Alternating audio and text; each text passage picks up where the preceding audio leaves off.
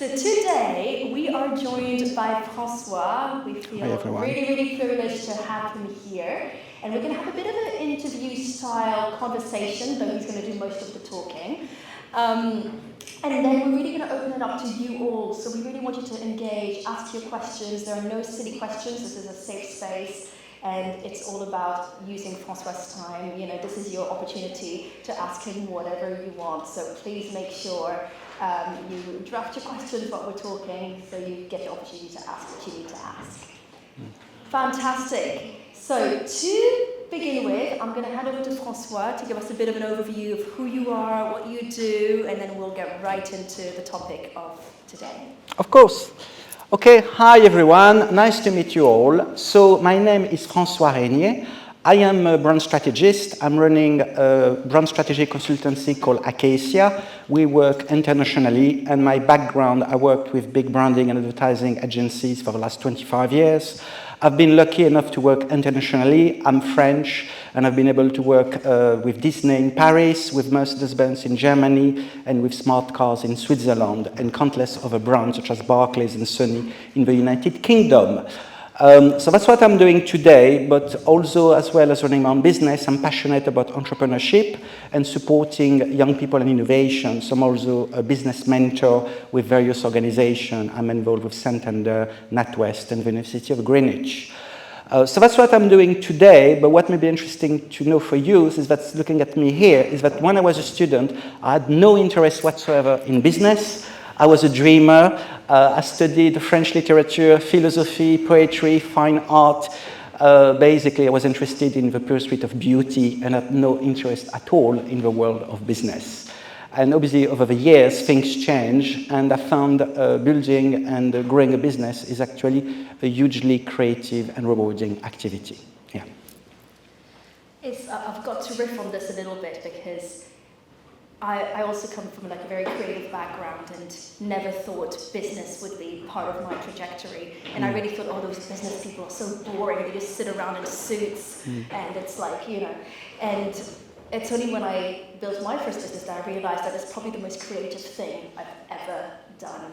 So I think that was just a really interesting point. But let's dive into today. So Francois, tell us, how do you build a brand that actually makes you want to get up in the morning, and why does it actually matter? Right. I think you meant business than brand, yeah.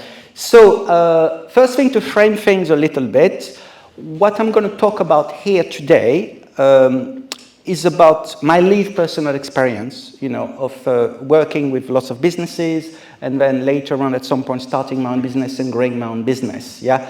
So this is not about things you will find, you know, on YouTube or Instagram. This is not about how to become a millionaire in 6 months. I mean, there's lots of content out there you can find easily. It's about the reality, you know, of what it is, because, you know, there's the success stories that everybody sees online, but there's also the day-to-day reality, which can be quite mundane and boring, and also you have to face a lot of rejection and a lot of failure, yeah? Secondly, what I would like to say is that I'm not here to give advice, I'm here to share an experience. What I mean by that is that what I found personally over the years is that the most important things you will discover and learn in life, which truly impact your life, is something that need to be filtered through your own personal experience. For example, it's very hard to explain to somebody who has never been on the bike how it feels to be on a bike. You can tell them, oh, you know, you use your leg, you go forward, but unless they're on the bike themselves, they won't exactly know what it means and how it feels. In the same way, my experience and my enjoyment of, you know, being on a bike might not be the same as yours. Some people might love it, some people might hate it, yeah? So I hope that some of the things I share with you will resonate with you, and hopefully will inspire you to explore the idea of entrepreneurship a little bit further. But if something don't resonate with you yet, it's absolutely fine. Yeah. So how would you like us to get started on a bit more specific way? Was there a particular thing you wanted to ask me in terms of what is the main question? Yes. So my main question is around purpose in business. Why does that matter? Why does it matter? Right.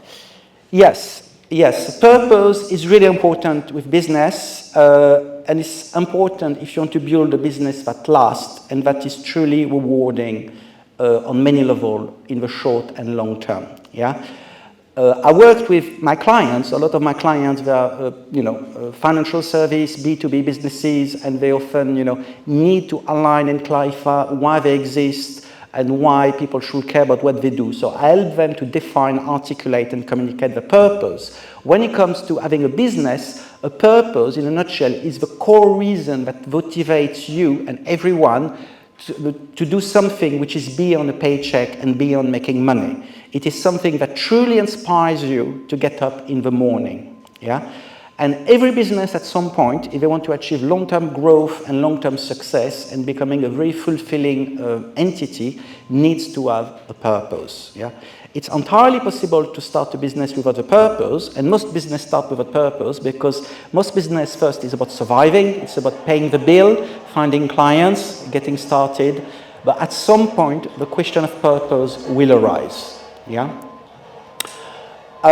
What you might find, and it's quite paradoxical, is all the most successful business and organization in the world are always backed up by a strong purpose, which has very little to do with what they actually sell. Yeah? For example, if we think about Sony, they're very well known as an electronics company. Yeah?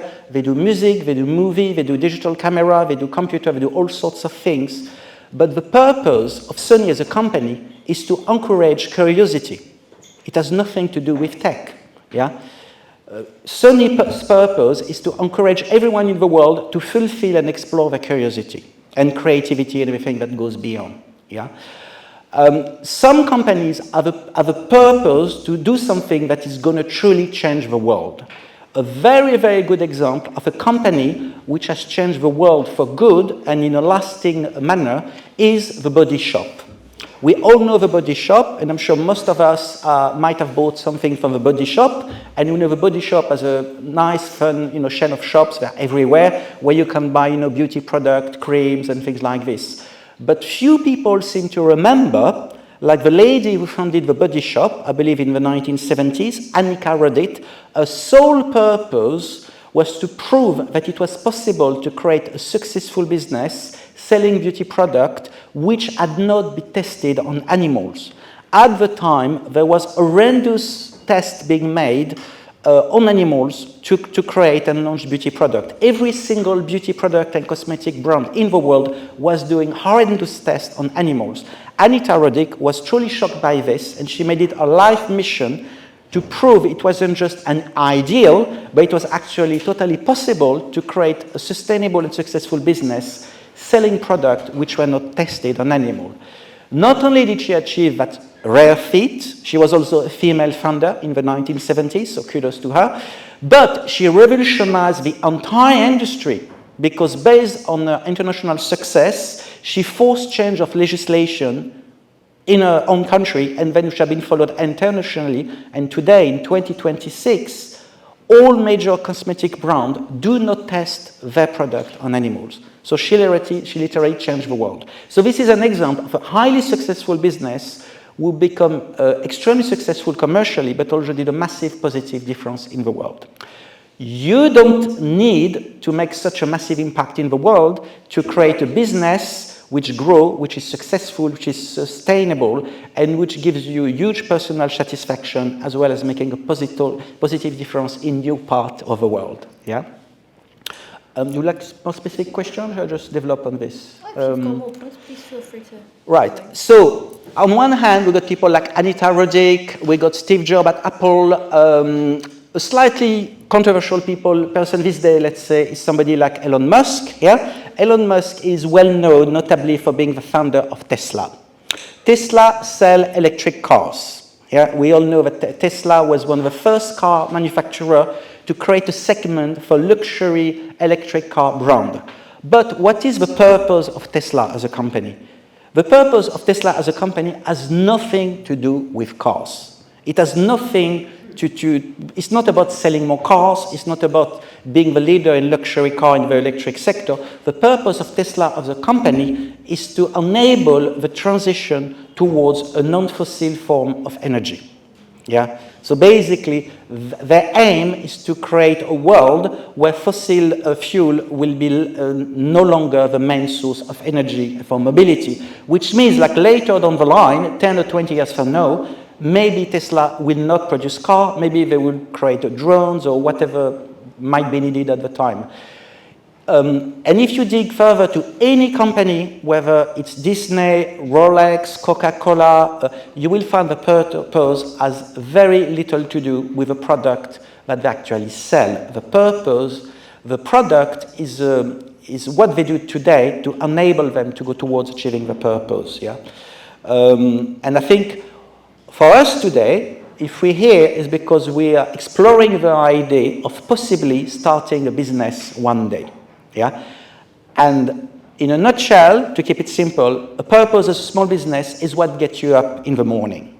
So what I'm here today to really talk to you, really, when we prepare this program with Leah, is very much about how to build a business, what makes you want to get up in the morning in a cold winter day. Yeah?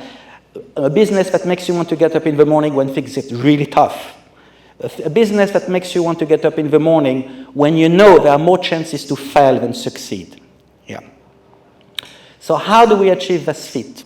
For me, after having done it for a number of years and after met many, many successful business people who shared with me behind the scene what happens and how they go about facing huge amount of rejection and sometimes tremendous failures and still go back up, in a nutshell, it comes down to two things. The first thing you need to do to get up in the morning is to have, on average, more things to look forward than to dread. If you have slightly more things to look forward than to dread, you're already on a good footing. The second thing you need is a genuine sense of curiosity as to how the day, the week, and the month is going to unfold. And that is really, really important. Curiosity can make you unstoppable. Because curiosity means embracing uncertainty, embracing risk, and embracing the possibility of failure. And this is how, every day when you get up, you will be faced with problems. Yeah? You will be faced with things not going to plan. You will be faced with surprise. We only like surprise when they're good, but we can never choose if a surprise is going to be good or bad. And every day we'll have to make a decision whether the problem we're faced with is a problem worth solving and whether, we can move things forward. This is why having a purpose which goes beyond just making money, beyond just the next sale at the end of the month, is a strong force that enables you to look forward. Think about your purpose as a North Star. Yeah? No, I love that. I think it's very interesting examples, firstly. And I think curiosity is just a really key term here. And I think in entrepreneurship in general, but in life in general, the more curious you are, the more interesting things are going to happen to you. So definitely something to keep in mind. And so going back to the idea of building a business with purpose at the core, how would you, based on your experience or what you've seen, how would you say you should get started with that? Right. Okay. So, first, how do I get this started with my business? I started with three things. No purpose, no plan, no clue. That's the three things I started with. The last job I had was in 2008. I was made redundant after the massive financial crisis. There was just no job. So I had no choice but becoming self-employed. Yeah? So get started. Sometime, I think Shakespeare said, some people are born great, some people become great, and the third category have greatness thrown upon them. So don't wait for things to be perfect. Don't wait for the star to align. If you want to start something, just do it. As a famous brand will tell you. Yes? But that's true. Reality reward action. So don't overthink things. Yeah? So sometimes we choose to get started, sometimes we have to get started. Yeah? Once we get started, we get things in motion. Then to the question of purpose, how do you find your purpose? My first purpose was to make enough money to survive. My second purpose was to find more and more clients and type of work I'll enjoy with and become financially and creatively rewarded for what I did. It's only later on that I realized actually, what does this actually mean? What does this actually mean for me? Yeah, just another branding project, just winning another client suddenly wasn't enough. As I said earlier, there's a point where the question of purpose becomes central. But as I said, don't wait to find your purpose. If you don't know what your purpose is, get started. Your purpose will find you. Yeah? People you meet, lessons you learn will shape your vision of the world and will either confirm what you already think or give you new idea and insight. Think about launching a business or any kind of project where the issue is open-ended and uncertain, as having a little boat on the sea and you're looking for your very own little treasure island. Your perfect little treasure island. The perfect treasure island for you is not the same as for me. Yeah? Maybe somebody wants a very quiet treasure island. Maybe somebody else wants a treasure island where it's like a party every single day. I don't know. But the idea is that I think one takeaway I would like you to really keep in mind on this is like, don't overthink things. Keep it simple. Build a kite, not a plane. What I mean by that is that a kite doesn't need a lot of wind to take up. Yeah? And when the kite falls on the ground, you can buy another kite for £10. It's not expensive, isn't it? Whereas if you build a plane, it's very complicated, it's very expensive, it's very hard to maintain in the air because you need a lot of fuel, and when it crashes, it's really expensive. Yeah? So keep it simple, take action, and build a kite, not a plane. And as I say, I'm not trying not to give advice, but this is something I heard time and time again, which seems to work. Simplicity is always best. I love that analogy. Just out of interest, who in this room would say that they feel they know what their purpose is at the moment? Is there anyone who feels like, yeah, we've got somebody here? Anyone else who feels like, yeah, I think I know what my purpose is? And it's fine if you don't, just curious to see. Okay, we've got a few hands. Great. No, it's really interesting because I think the points that you mentioned also show that, well, firstly, purpose is going to be very different for different people. And a lot of the journey is finding out what that purpose is for you, and sometimes in different seasons of your life, this might switch as well. So just something to be mindful of as well. So very, very interesting. So Francois, you alluded to this earlier, that business is tough, things go wrong, etc. So when you think about potentially rejections or overwhelm or any doubt that was part of your journey, how did you learn to keep going when those happened? And where did purpose have a role to play in that? Right. So I'm going to use some really scary words here. Rejection, failure, ridicule, embarrassment. All this, they're not business problem. They are life's problem, isn't it? Whether you have a business or not, we all going to face some kind of pushback from reality. Yeah? Nothing's really happened as we think it might happen, and more often than not, for the better. Yeah? So, here again, going back to this idea of curiosity, but curiosity in the meaning of being comfortable with a certain degree of uncertainty. Yeah? One thing which is really important when we think on the context of business is what is a business? The only reason a business exists is that you're being paid to solve a problem that someone else cannot or does not want to solve themselves. In a nutshell, for example, if you're a pizzeria, you're solving the problem of somebody who wants a pizza and doesn't want to cook it himself or doesn't know how to cook a pizza. This is basic level. Which means problems and constant problems is part of business. When you're a business, regardless of your size, you will always face problems. Think about it. You're like a little boat on the sea. Sometimes there are big waves, sometimes there are small waves, but there will always be waves. Yeah? And the reason business is about solving problems is also, if people pay you, the bigger and the more challenging and complex the problem you can solve, the more people will seek you out and the more you'll be rewarded. If you are one of 5 people in the world who can solve a very complex problem, people will pay you millions. You see what I mean? So being comfortable with this idea of problems, you pay to solve problem, you have to face an unexpected problem, and be comfortable is part of a job. Yeah? And sometimes not solving the problem or only solving part of a problem is enough. So over the years, I learned to be more comfortable with rejections, with things going completely wrong. I've always been terrified of any type of public speaking. Yeah, but you survive it. It's all about practice. It's all about taking baby steps, and sometimes facing reality. So does that help? Yeah. Yeah, absolutely. No, I think.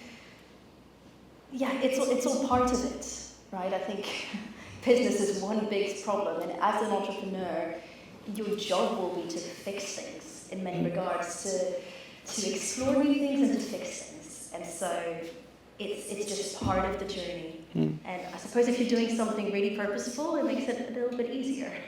Yes. Amazing. So tell us, how do you personally define success and failure now? And is that different to when you first started out with your business? Right. That's a very good question. Here again, success and failures are very loaded words. Yeah. I remember years ago, a linguist was telling me we actually see the world through language. Yeah. So the meaning we give to words is very, very important. We live in a world where success or materialistic success is highly celebrated, and failure is really embarrassing. Ever other people's failure. We don't want to see other people's fail. Yeah? But the reality is that over time, what I realize is that the meaning we can give to this word can change. Yeah? So, a simple example, from an early age, often as young as very young children, the society seems to tell us that success and failure are binary opposites. You either succeed or fail. And in many contexts, for example, in the education system, if you prepare for an exam, you either pass the grade or you don't. It's black or white. If you pass your driving license, you either get your driving license or you don't get it, and you have to go back and do the test 3 months later, isn't it? But the reality, that's only in the minority in case. In most of the case, success and failure are not absolute values. I will give you a couple of examples. Nothing really is a complete success, and nothing is a complete failure. In a business context, let's say you have a business and you sell cupcakes at the weekend on a market. At the end of the weekend, you've sold 60% of your cupcakes. Is that a success or is that a failure?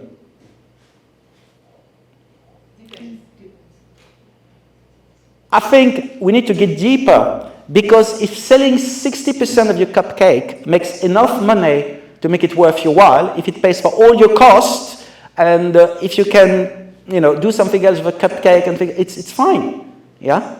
If there's different ways to look at it. Yeah? So most things in life, especially in business, are not black and white. Nothing is 100% success and 100% failure. So that's the first thing. The second thing is that success and failure, what we see being a success one day or a failure another, might change later on the line. Yeah? And that's true as well in life. Yeah? Sometimes we can be in a relationship, we get dumped, we have a heartbreak, and then 2 years later, we might reflect on it, oh, what a jerk, why did I spend so long with that person? It's the same in business. Yeah? For example, imagine losing a big client to a competitor. You've been fighting so much to win this client, that's what I still do and I've been doing many times. You stay up all night for several days, several weeks, you pitch, you lose this exciting, sexy client to a competitor. What a big failure, what a disappointment, what an humiliation, what a waste of time, correct?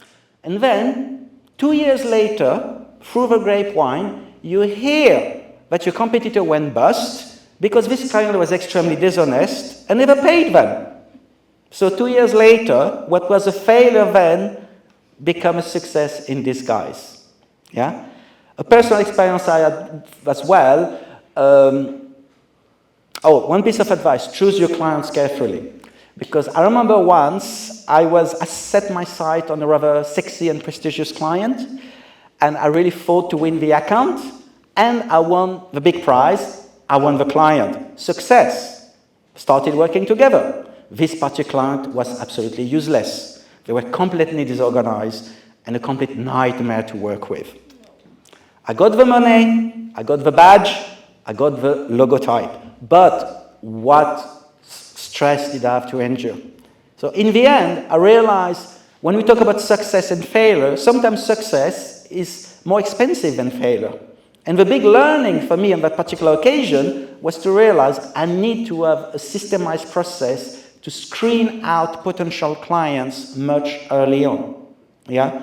So 2 things, success and failure are not absolute values. Secondly, something that might look like a success one day, later on might look like a failure and the other way around. Things change over time. Yeah? I think that's great. You've got to be flexible with all of your thoughts really within business, because things just switch. It's always a scale, right? And you're always moving along it. We're going to open the floor very soon to questions, but before we do, I want to ask if you've got any tips for everyone in the room right now. We did a show of hands of who felt like they knew what their purpose was. Some did, some didn't. What would be your tips to get closer to figuring out what that purpose might be? Yeah. Okay. First, I will maybe talk a little bit about my business and how we clarify, simplify what a purpose is, and then I will share what might be useful in terms of direction to explore. So as I say, when I started my business, my first goal, and that should be your number one goal when you start a business, is to break even, make money, and create more money than just having a job, because running a business is much more stressful, much more time-consuming, and much more intense than having a job. Yeah? When you have a job, the worst thing that can happen is that you lose your job, you can get made redundant, and you get fired. When you have a business, at a certain level, if the business fails, you will lose quite a lot, and you might lose years of decade of work. Yeah? So initially, my first goal, if you will, was to create a profitable business. And then over the years, after a while, I realized first, it never ends. Secondly, there is always something better around the corner. And lastly, sometimes, as I said earlier, winning can be more stressful and more expensive than losing. Yeah? What I realize is that my clients pay me to make them more successful. So in one way, they pay me to enable them to achieve better goals than what they could achieve, by themselves. We also got gradually involved with students and young people. We had some interns, and then we realized that sometimes just a 3-week internship could make a massive difference. I remember during COVID, we notably had a lovely girl. We did a little bit of internship with us as a copywriter. She was extremely shy. You could have beginning, I could only hear her when she was speaking, but she was hugely talented. And just, spending a bit of time with her, helping her boost a bit of confidence. And then a couple of months later, she won a job, and she sent me a little note saying she found that what we did together was useful. So I realized sometimes you can make a positive impact in people's life just by doing something that seems small to you, but which is big to them. Yeah. So gradually, our purpose becomes to enable anyone who interacts with us to achieve a better life far beyond what they thought was initially possible. For my client, in a nutshell, it usually means 3 things: more money, and beat the crap out of competitors. Yeah? With other people, it's usually a bit more open-ended. So that's how gradually I found a purpose which really makes me happy to get up in the morning, because sometimes, just making more money or less money. And as well, last thing I forgot to say about success and failure. Most success and failure in business do not matter. The only thing that really matters is staying in business. Yeah? But when you see you achieve, you've been part of making a positive difference in people's life, this is really inspiring. So now when it comes down to who's of you thinking about developing a purpose, so the reality, there's a small number of people in this world, like Anita Roddick from the Body Shop, who have a very strong purpose. But these are a minority of people. For most of us, the purpose is quite blurred, and I will even park away for now the word of purpose. All you need to do to get started is an idea you're excited about. And I mean excited, like in your guts, something that fires you up. It doesn't have to be a business idea. It can be something that can be as unbusiness as it comes. For example, how about making an idea, a business, based on the idea of helping people, making new friends? Facebook is an entire business that has been built on this very idea. How about creating a business based on the idea that you're a geek and you're obsessed with playing with Lego and video game? The inventor of Minecraft, which was the most successful video game of the last 20 years, is a one-man band who did just that. There's actually other people who created a business from playing Minecraft, and we became professional Minecraft players. So if you have something, as long as you got an idea that first really fires you up, and it is an idea which interests enough people so you can deliver something in that area that they're happy to pay you with, just go for it. There's no silly idea. That's the first thing. Something that really I want you to do. The second thing, once you have a few ideas, you have to shortlist them. So what is important is to have a look who is a couple of steps ahead of you. For example, if you want to create a video game, have a look at who has created a video game company in the last 2 years or 6 months. You can easily find them on LinkedIn or Instagram, wherever. You stalk them on Instagram, send them some DM, ask them some advice. 90% of people will never know if a student comes to them, ask for advice. People are happy to share what they do. Yeah? So ask for advice, explore the idea. Then, a word of warning, you might find, like this idea that fires you up might not be something that you want to turn into a business. You might want to keep it as a hobby. Personally, I enjoy cooking on holidays and at weekend. I like, do a couple of recipes, try a little bit, but I don't think I will enjoy being a professional chef. Yeah. Also, I've met over the years several people who had a passion about photography, and they say, I want to become a professional photographer, and they realized they really didn't enjoy having to deal with clients, and they really didn't enjoy being told what to shoot and how to shoot it. They wanted to have complete creative freedom. That's not a business. That's a hobby. The difference between a business and a hobby is that a business has a paying client. An underpaid hobby is not a business. So once you explore your ideas, think about it, you're like a little boat in the sea, you're trying to find the best route to your treasure island. You might stop on a couple of islands, and you might realize, actually, everybody talks about AI. I wanted to start an AI business, but actually, that doesn't really excite me. That sounds really boring. I'd rather to deal with people, or I'd rather to do things with my hand. That's fine. Keep it as a hobby. Do it when you have time and you feel like it. But here's the killer. If exploring and being curious about how to make money of an idea that fires you up is something that excites you, then you should seriously consider turning it into a business. Yeah. That's a wonderful way to... yes, Help yourself. Thank you. So let's open up the floor. Who's got any questions for Francois? Don't be shy. Yes, I'm going to bring the mic over there just so that you can hear everything. So I think you were first, and we'll come to you after.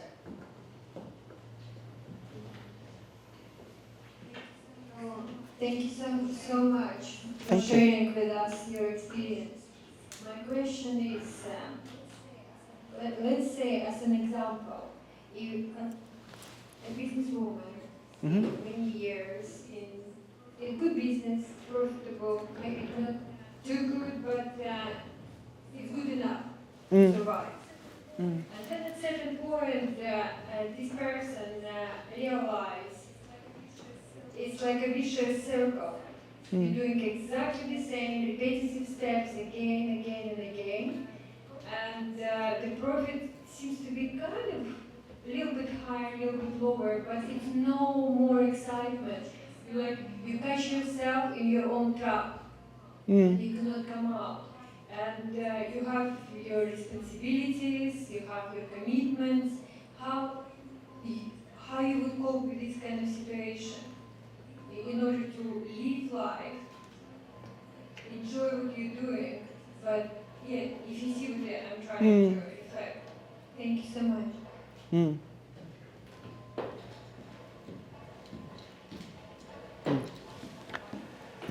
Right. Yeah, thank you. That's a really, really good question. Yeah, and I think there's probably different ways to answer it.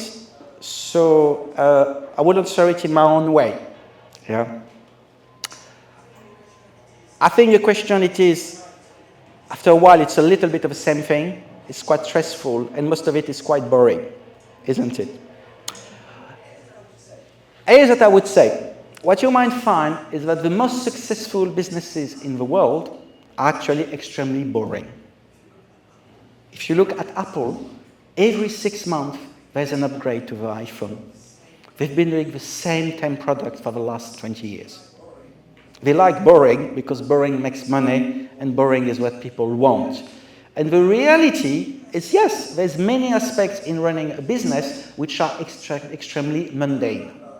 I remember when I was studying graphic design a long time ago, before mobile phone and internet, in 1994 at the London College of Printing, there was a very famous designer who did a lecture for us about design from a very famous design company at the time.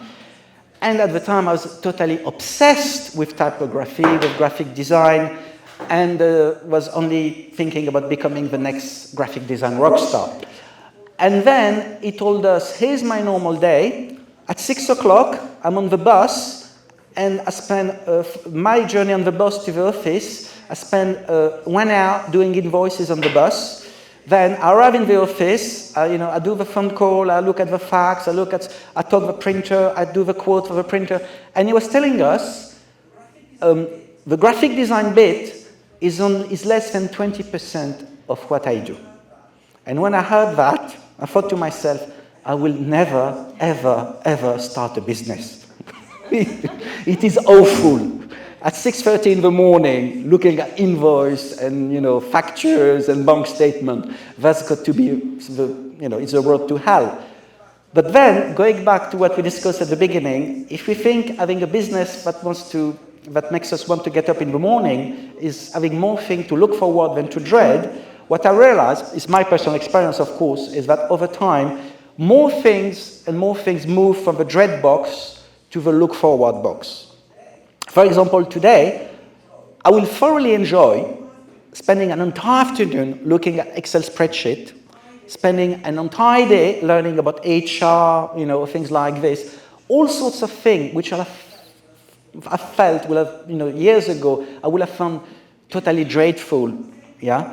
So I think the reality is that in every business, if only 60% if only 50% of what you do is boring and you're dreading a bit, you're good. Yeah.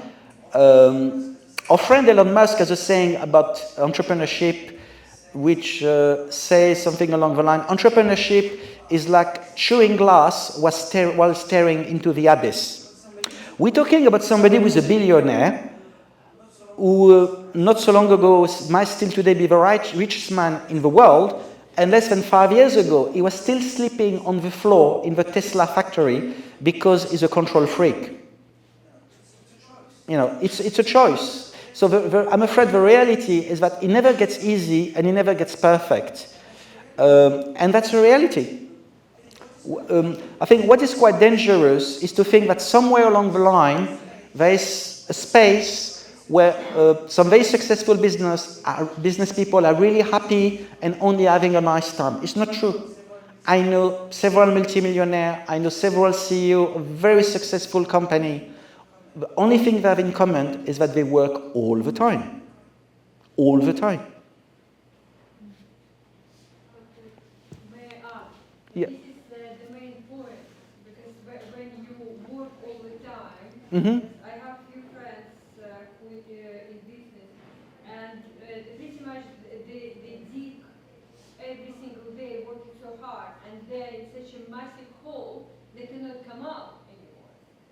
This is what I'm trying to. Yeah, yeah, yeah. It's a very common problem. I think it's a massive hole for two reasons. Obviously, I don't know your friend's particular case, but for what I've seen and for what I experienced, it's ever a financial hole because they have so many commitments or they are so much, there's so much responsibility that they cannot come out of it. For example, some businesses, seek venture capital, seek investment, and some people are really happy to invest in your business, but they expect returns. Yeah, which means you end up working for venture capital firm which are invested in your business. So sometimes it's because the commitment is so big, so you have really to be quite strategic as to where you're going to put your chips and when you're going to invest things, sometimes.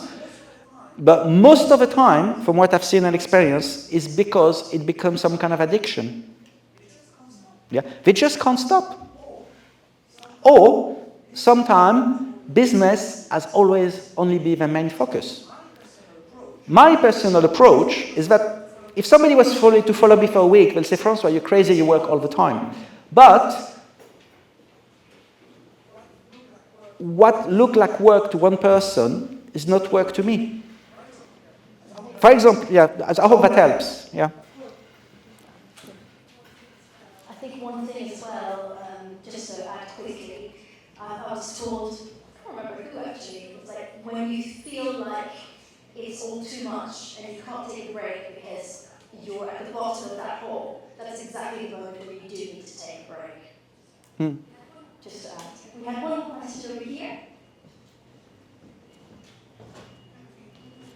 Thank you. Bonjour, Francois. Bonjour.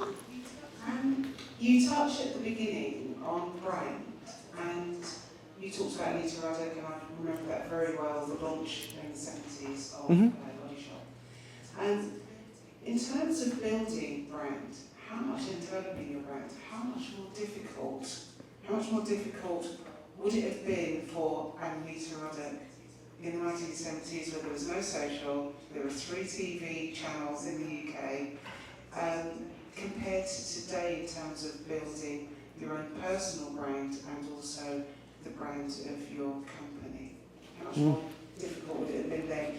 And are there any elements that are just as difficult today with social media and access that we have that are still difficult in building personal brand or company brand?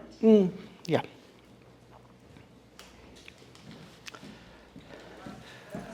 Right, that's an amazing question, so thank you very much for this. So I have to say, I don't know personally in depth the full story of how Anita Roddick, started a company. I believe she lived in an age of landline, grey phones, photocopiers, and things like this.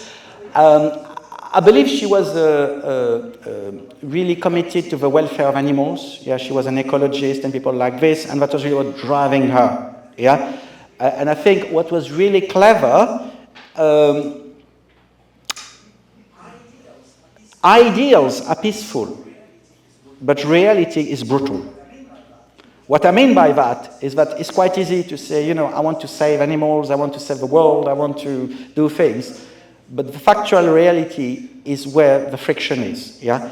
And this is what probably she realized. She realized nobody will take her seriously as an advocate to, stop animal testing for beauty product if she couldn't prove that you can make a successful business out of it. So I believe she was trying to prove a point. You see what I mean? If I can't do it, then why are they not doing it? You see what I mean? Then going back to the second point of the question is, today, I got some amazing news for you guys. Today, in 2026, and actually for the last 15 years, it's easier than it's ever been to start a business than it's ever been at any point in history. To start a business today, you don't need money, you don't need an office. All you need is an internet connection and an ID. Yeah? It's actually quite recent. Yeah? Even in the 1990s, let's say before the internet really took off, only massive corporations could trade internationally. Now you can have a little Etsy shop and sell all over the world, isn't it? For a long time, you had to have an office space. And very quickly, you needed to employ somebody. So you had a lot of upfront costs, quite significant, before you could have proof that your business was going to work. So you had to invest quite a lot of money. You had to borrow money from the bank before you were confident that your idea was actually working. So you had to put upfront a lot of money. Today, all you need is an idea. And you know what's the best way to test if an idea is good or bad? Does anyone want to have a guess? I'm talking about a business idea. What's the only way to test if a business idea is going to work out?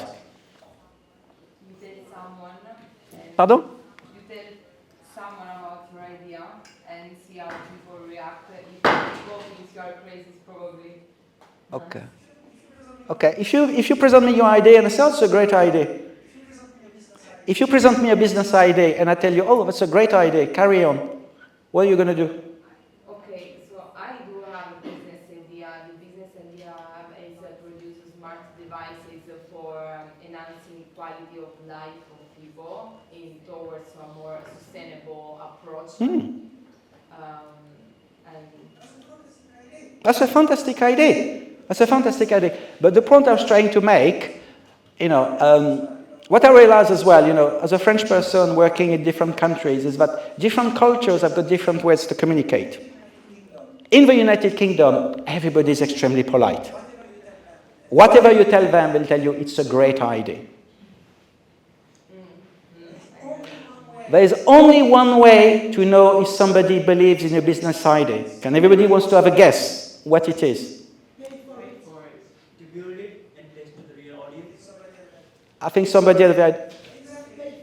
Exactly. I've got a great business idea. Would you like to invest £1,000 in it? I've got the form here. Would you like to sign up? If you don't believe in the idea, what are you going to do? You're not going to engage. So the only way to test if an idea, business idea has leg, is not what people say, is whether or not they're going to put money behind it.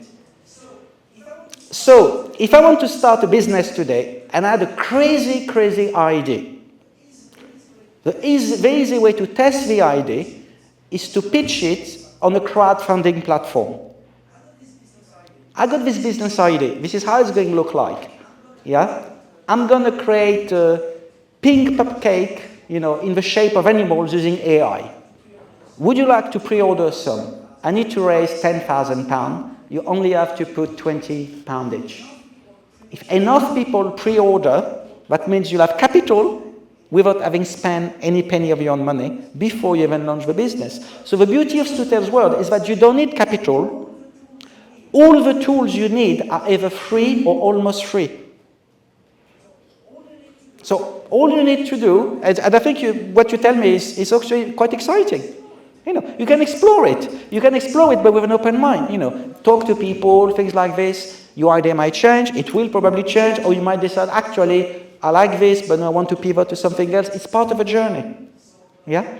So, but the good news is that if you want to have a side gig, if you want to try something new, talk to people, and then, okay, would you like to give me £10, £20 for it? I'm having an order. If you order now, it's cheaper because, when I launch it 6 months later, it's going to be full price. Okay.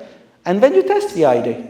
Yeah. Don't forget, a business is an entity which is created to solve other people's problem. If it doesn't make money, it's not a business, it's a hobby. Even if you earn a bit of money on it. Yeah. So I hope this helps. Yeah. Amazing, everyone. Sorry, we have run out of time. Can we please give Francois a big round of applause? Thank you.